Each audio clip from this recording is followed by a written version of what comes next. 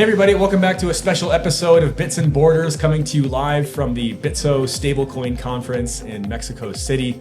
I'm your host, Aaron Stanley, and I'm joined by a very exciting team of co-founders here of Trace Finance. We have Rafael and we have Bernardo of Trace Finance, and I know you guys have some exciting news to talk about here today, but Bernardo, Rafael, welcome to the show. Thank you. Very excited to be here. Ate a bunch of tacos yesterday. And I think it's really cool to be in a stablecoin focused conference. And we are seeing more and more of that. And I think the industry is just growing at an amazing pace. Yeah, absolutely. And Rafael, we were actually on stage about a week or so ago in Sao Paulo, so it's nice to see you again in a proper format here. And always great conference with the top leaders of the industry, and it's amazing. Yeah. It's I've been telling folks that this stablecoin conference was probably the best event that I went to all of last year. I got the most out of this one event, and I just really like the food here in Mexico too, so that's a little biased. But well, let's dive in. Let's just cut right to the chase here. You guys have some exciting news.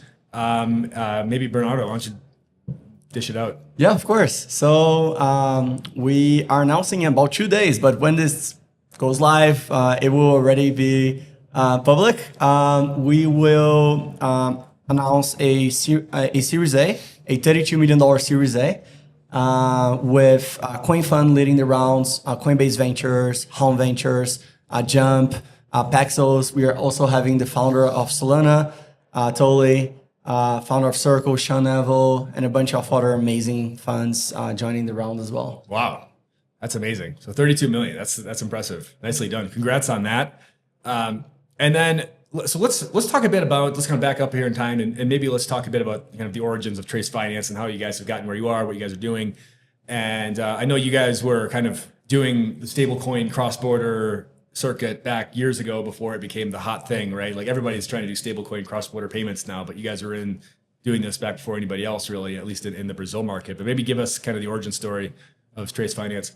So back in 2017 and 2018, we actually worked together at another company, and eventually we figured that we should start our own. So I am very unorganized. I am not the brightest back office person, right? So let's just say that if I were to start a company alone and have to manage everything on that side, it wouldn't go well. But Rafa is the complete opposite, right? So I think we are very complementary. And then when I wanted to start this trading desk back in 2019, I invited Rafa to tag along, and we actually had one of the largest suppliers of Bitcoin in the country that year. So we supplied a lot to Mercado Bitcoin, to Foxbit, and to a lot of the other exchanges. Mm-hmm. And with only 3 people, we did more than $500 million of payment volume. Wow. And that was with Bitcoin, right? So I think stablecoins were not as prevalent for cross-border payments back then. So people actually used liquidity of Bitcoin because you had liquidity of Bitcoin to fiat in any specific country. In Brazil, you had a lower liquidity. So it was a lot of like OTC trading. We had a lot of over the counter because there was a big spread as well, right? Mm-hmm. So back then we were using FX banks to acquire USD from BRL. It would take a day or so to move the money abroad, but we have an arrangement with some of our partners where they send Bitcoins to our customers as soon as we had the payments in our account in Brazil. Mm. Back then, we didn't have Pix yet, right? So it wasn't instant, but it was like 30 minutes or so, like a Fed wire. And as soon as we had that in the domestic accounts, our partners would already settle the Bitcoins to the customers. So that made it so that we didn't have to wait for the settlement delay. Even then, we had a bunch of banks that we used that would take 2 days, 3 days, 4 days or more to settle the SWIFT abroad. So that actually made, I would say, a lot of delays in our operation as well. So we eventually thought that we should verticalize and actually go one step above and not only focus on getting Bitcoin or crypto liquidity in the country, but rather power the infrastructure behind that to actually enable BRL to dollars or BRL stable to US dollar stable conversions as well. Very cool. Very cool. And then maybe Rafa, we'll turn it to you for the. Would love your reaction or anything else you want to add to what Bernardo was just mentioning. But then maybe talk a bit about like what's kind of like the core bread and butter of the business right now, and what was it that all these investors maybe saw that sealed the deal and got them to write a check. Yeah, we are launching a Brazilian real stablecoin. We already did, but not for all the customer. And it will be the largest Brazilian real stablecoin. And one of the important things here, it is because in Brazil, we have a lot of capital control. So you are not able to have Brazilian reais offshore, only onshore. Mm-hmm. So one of our goals here is to give access for the Brazilian reais to the global companies. So Brazil is a top 11 economy, but if you look at the currency, it's only the 23rd currency traded in the world. So yeah. So by basically bringing the real on chain via a BRL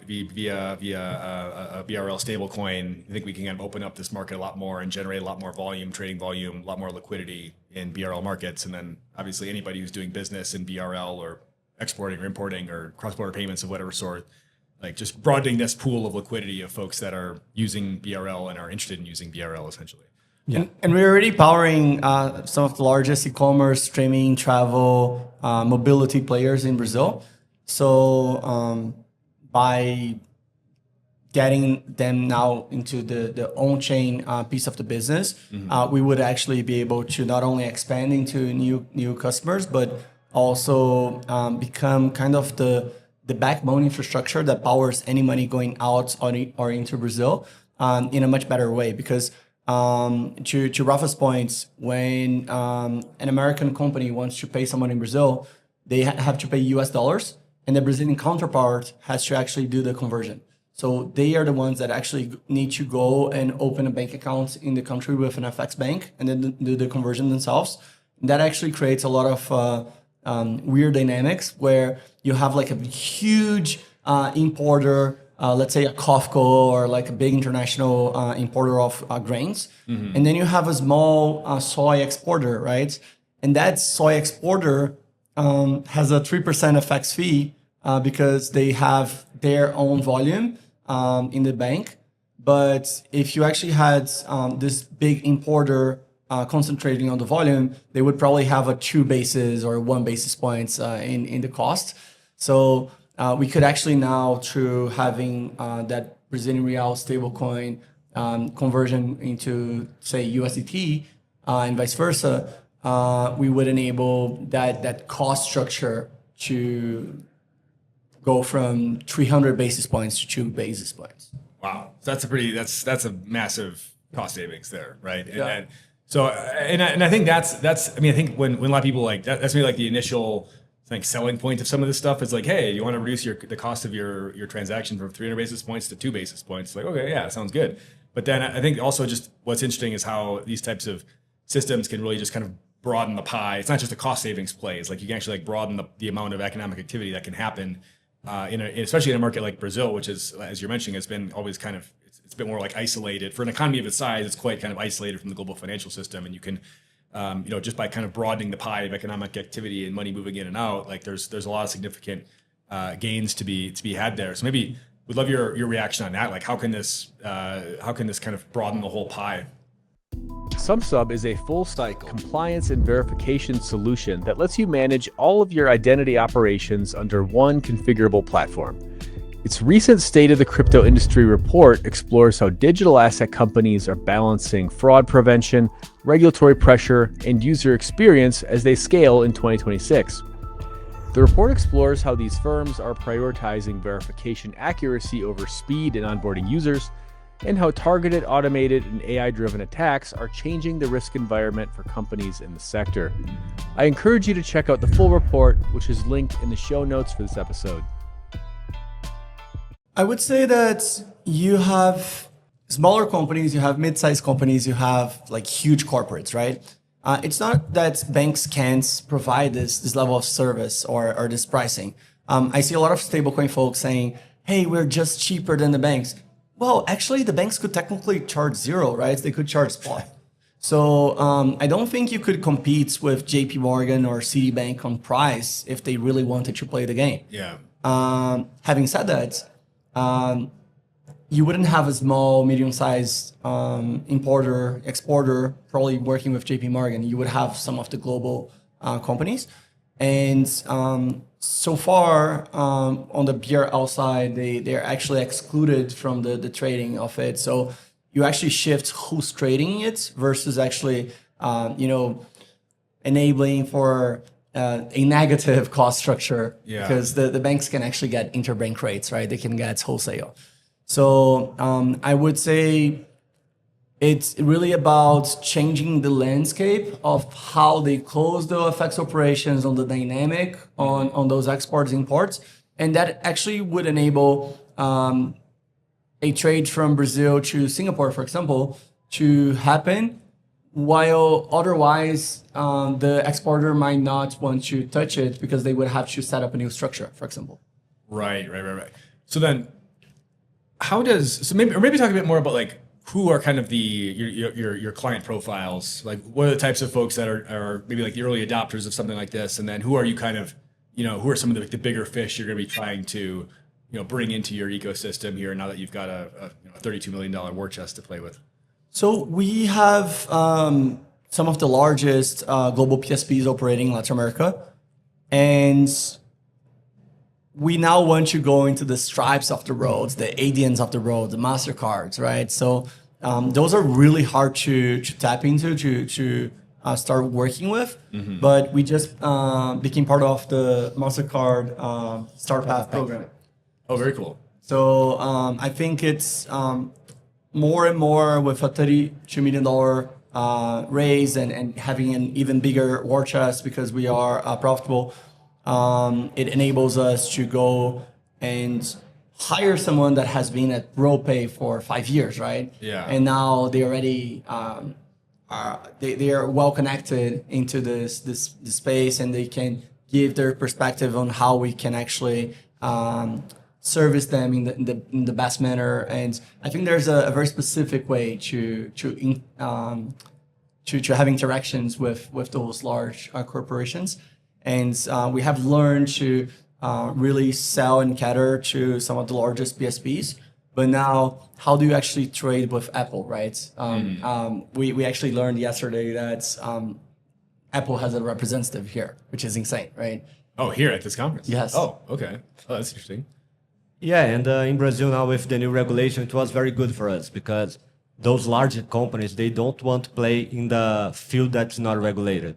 Right. So now we are targeting those kind of companies as well. So the real money is actually there. So yeah, I think you could touch on the limitation on the caps and also on the new regulations.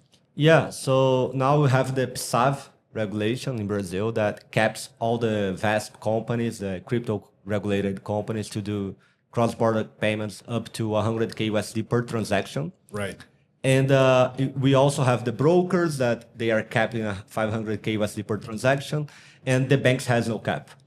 Mm-hmm. So I would say that's one of our main advantage in the Brazil space market. And yeah. So then part of the reason that you need to raise $32 million is to be able to meet the requirements for the VASP license, because you guys will be applying for a VASP license? So we are going to be applying for the VASP license, but I think the main differentiation that we have is that we operate under a bank structure. Oh, okay. So that actually enables us to process FX transactions that now VASPs can process, right? It enables us to have no caps. So I think that there was a big debate on what does the FX ban actually meant for crypto companies. Yeah, would love your take on this. And yeah, this was like fiercely litigated on LinkedIn for a while by myself and some other people. Yeah, I would say that the Central Bank of Brazil, like Rafa mentions, capital control is very important.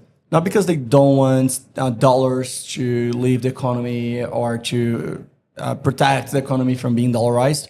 It's essentially because the Central Bank of Brazil wants to have full control and full transparency into what's leaving the country and what's coming to the country. Mm-hmm. So it's less about a prohibition effort. It's more about having clarity over what's happening in the cross-border trade between Brazil and other countries. Mm-hmm. So when they have EFX, it's a very specific flow that all the large companies like dLocal, like RoPay, Nuvei, and so on do in Brazil. And they're essentially processing some of the largest e-commerce players, some of the largest travel. You have like Airbnb being processed with EFX flows. You have Uber. You have a bunch of other huge companies that they have this regime where if you're sending mass payments into the country or out of the country, you need to do EFX, right? And then what the government essentially said was, okay, on FX, right? So on traditional FX with SWIFT, we actually need individualized reports for that. And you don't have that structure for the VASPs to report. And they're also saying that, okay, we capped the VASPs because we want this new entrant to not go wild and do, let's say, $300 million in a trade and not deliver the $300 million to someone. And then that actually hinders the trust in the economy in Brazil and BRL, right? So it's the same principle here where the central bank actually wants EFX, a very large mass payment structure that some of the largest global payments that global companies that are operating in Brazil use to manage their cross-border payments to be in the hands of the larger, heavily regulated player. So that essentially means that, okay, if you are a VASP, you can't do third-party payments. You can't do payments on behalf of someone, right? Oh, so that's kind of the nutshot, or that's like kind of the nut graph essentially of like what is the what this regulation was trying to say. It's basically like, okay, if you're a VASP, you can't be like settling stablecoin transactions on behalf of like Mercado Libre or something. Correct. You know, so like that was kind of the upshot of this whole thing. Correct. So you can still settle stablecoins for a company that wants to send their treasury abroad. But then the question, it begs the question of, well, but would Uber use a VASP that is capped to $100,000 and can't actually divide the transaction amount to do the treasury? Probably not, right? Or, yeah. You just go with a bank that didn't have a limit on the transaction size, right? Correct. So I think that the VASP license, my opinion is that it's really for market makers that are interacting with other VASPs, right? Because then you don't have a cap. Okay. So let's say you are trading a bunch on Binance, right? You're trading a bunch on Coinbase. Then it makes a lot of sense, right?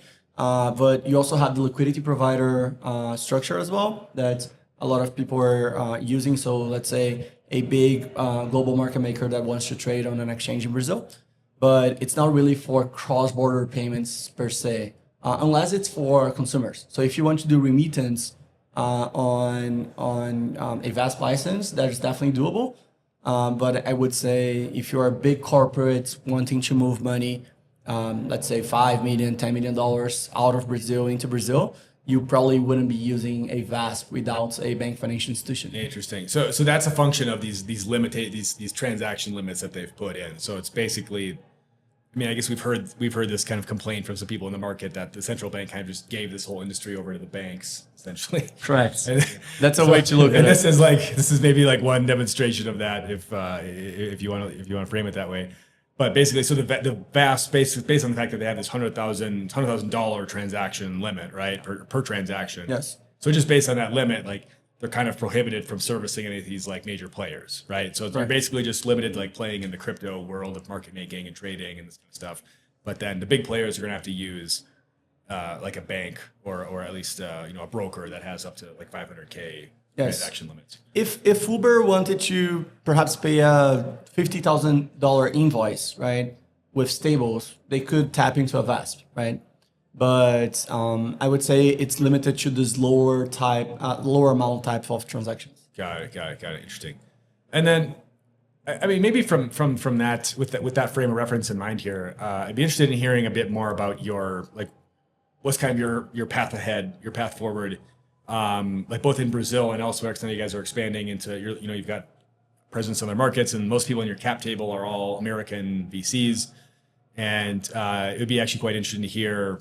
We'd actually be interested to hear what was it like to try to sell this idea to these American VCs, because it still seems like when you go to these crypto conferences in Latin America, it's like the only thing people talk about is stablecoins and cross-border payments. But then, you go to the ones in North America, like I was at Consensus last month, and I was like, didn't hear anybody talking about it. He's like, what? It's a totally different world, So I think there's still kind of like this disconnect. Everyone's talking about like agents and stuff, and it's like, yeah, like that's gonna be a thing, but we're still like kind of a ways off from that, People are talking about tokenized funds and all these things, but yeah, maybe react to that. Like, what is it like? What was it like, kind of, or what was the response from investors as you were kind of presenting some of this stuff? Like, hey, we've got some real product market fit here. That there's a lot of alpha because like people just aren't paying attention to it like they should be, and maybe what's kind of your path forward, expanding, outside of the region, et cetera.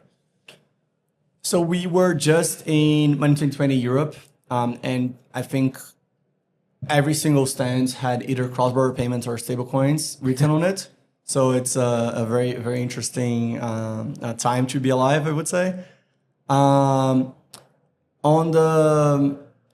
the fundraise itself, it's always very hard when you are tackling emerging markets. We started with Brazil, now we have Mexico, Colombia. We have a big presence in the US. Over 80% of our transactions either come out of the US or into the US. And we are now expanding to APAC. We have European presence as well through partners. The idea here of the ideal world for a VC would be for the margins and the volume, the demands, right, that happens in Latin America, that happens in APAC, should be in the US. So it's kind of, they want the best case scenario that kind of doesn't exist, because if you are thinking about, like domestic use case for stablecoins in the US, you probably are not going to settle your Starbucks transaction unless you want to do it just because, right? In USDC or USDT. Yeah. The use case for that is to actually give access to and to fix any inefficiency in a specific market. So let's say from Brazil to Singapore, it actually takes 2 to 3 days to settle a transaction. While if you actually on-ramped into USDT, you would be able to do it in sub 1 minute. So that makes a lot of sense, right? And then you have a lot more demands to get access to dollars versus Americans that already have that by default, right? So I would say that Latin, Africa, APAC are definitely markets that are more interested and where you see more growth in the stablecoins, even among corporates. So when you think about a big tech company, they are likely not going to use their USD euro transaction volume flowing into like stablecoins, right? Right. But now, if you actually have their operation in Brazil where they are overpaying or they are being underserved, right? And now they can have a faster, better, cheaper option. They could definitely use it, and they have more incentive to do so. So I would say we are servicing some very large corps that we're actually seeing a strategy where some US companies, they partner with us to have the BRL side, the MXN side, the COP side, because eventually they want to get the USD, the US business of that specific company, but they wouldn't be able to sell that idea to them. So it's essentially, okay, we'll get you with BRL, we'll get you with COP, we'll get you with MXN. And then as part of it, we will start trying on the USD Euro side. Interesting. A little like Trojan horse strategy kind of thing there, right? Cavalo de Troja, right? Yes. No, very cool. I like that. And kind of winding down here with time, but maybe one last question for you guys would be, I mean, something I've been thinking a lot about, and as I come to these conferences, and even any kind of payments conference you go to, it's all just stablecoin, cross-border stuff. It's like the new kind of fad, right? It's a very hot subject right now, and I feel like a lot of this stuff is going to be like you can only compete these margins down like so much. Like, okay, we can go from 300 to 2, but then like you go to 2 to 1, and eventually like 1 to 0. Like, okay, like there's only you can only compete these things down. So I feel like we're going to end up in this kind of like the stablecoin cross-border like business model is going to end up being kind of this barbell type thing where like the cost of moving money around internationally is going to go to 0, right? So So I'm just kind of curious as to like, we'd love your thoughts on this hypothesis that I've been cooking up here, but then also how does like the business model for these types of entities that are operating in this space kind of evolve? Like you have, the easiest solution is maybe like, well, we want to be our own issuer, right? Which you guys are issuing your own stablecoin. We've also seen, the other side of it's kind of like the neobank route, right? Okay, we're not gonna build the rails, we're gonna use the rails, but then you have to have your own distribution, and you got to find your own customers, and you got to issue your own credit cards and all this stuff. So there's all these different kind of models floating around, and I mean, how do you see this whole kind of world of these stablecoin cross-border like money movement? How does this business like ecosystem kind of end up? How's this look in maybe like 3-5 years? Yeah, I do see every region connect, so you will be able to transact with every country 24/7, instantly, almost for free. Like, for example, you have information from Hong Kong at the same time, you can talk with someone in Singapore at the same time, but you can't move money, transact money with them at the same time. Yeah. But about the cost, as you mentioned, it's like for the banks, I would say. The banks today, they do make money with cross-border operations, but they use that to get the customers to offer other types of products. So yield and credit and so on. So I think on the financial system will be everything connected, and the cross-border operations will be through stablecoins, but yeah. So it becomes just a part of the business that's you're not really making money off of it, but it's just a way of just keeping customers in your ecosystem. Yeah, but there is a lot of room to make money on that. So, for example, we have the cross-border payments for the past 100 years, and the banks are still making a lot of money on that. So,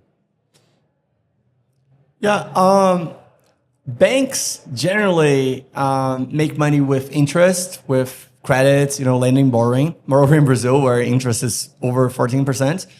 And that actually explains why you don't have a specific bank that is amazing at cross-border, because they have other incentives to build products around other things. Mm-hmm. So cross-border, the cross-border vertical inside banks is generally, I wouldn't call it a side business, but it's generally not the focus of the bank. So hence why you don't have this like amazing stellar product where you're going to move money instantly everywhere and for free and so on, right?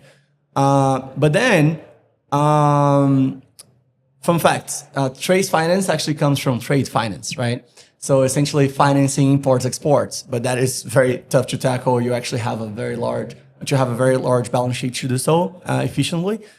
And when banks in Brazil want to get a customer on the trade finance side, they will zero out the FX. So they will charge nothing on the FX, but they will get it on the credit side, which they could make like 40%, 50%, right? Right. So I think that more of those strategies will come around. So as a stablecoin issuer, you can zero the FX, but make interest, for example, right? There are many different areas where you can make the collective unit economics very strong. But then the cross-border stablecoin companies that are being minted every single day that you mentioned are probably not going to be able to compete in that specific scenario. So you have more consolidation as time goes on, because the product stack will be very different in a way that they wouldn't be able to compete on price or on structure, just because they either don't offer that, or because since you have a lot more capital, since you have a bigger, better team, you're going to be able to have an offering that is hard to compete with. Yeah, no, that makes a lot of sense. Well, hey, we're out of time here, but hey, Bernardo, Rafael, I really appreciate you guys coming by, wishing you a successful conference here, and then maybe give you any like last words. How can folks find you if they want to get in touch? Yeah, I think Telegram at BE Brites, right? WhatsApp as a Brazilian, I think is a great way to get in touch. But generally speaking, like LinkedIn, and if you are in a conference, either me or Rafa are going to be there. So We are in all conference around the world. If there's stable coins involved, you'll Yeah. be there. So, we love to have a presence. So amazing, amazing. and throwing great dinners. Yes, great. Yes, the dinners are a hack, right? That's definitely a hack. Well, great. Appreciate you guys. Congrats again on the raise, and wishing you guys success for the rest of the year and on the path forward. Thank you. Thank you. Great to be here. Thanks again. We'll see you next time on Bits and Borders.